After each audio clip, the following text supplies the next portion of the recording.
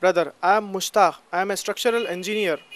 One of my non-Muslim friend asked me, why do Muslims living in India follow a separate personal law called the Muslim Personal Law when there is already an Indian constitution for all living in India?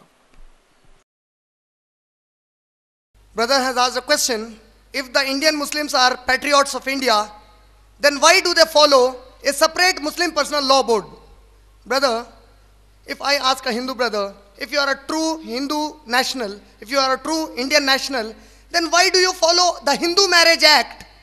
He would say Hindu Marriage Act is a part of Indian Constitution. Similarly, Muslim Personal Law Board is a part of Indian Constitution.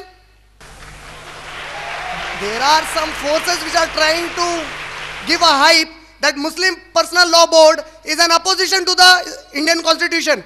Muslim Personal Law Board is a part of Indian Constitution. Following Muslim Personal Law Board is like following the Indian Constitution. I hope I answered your question.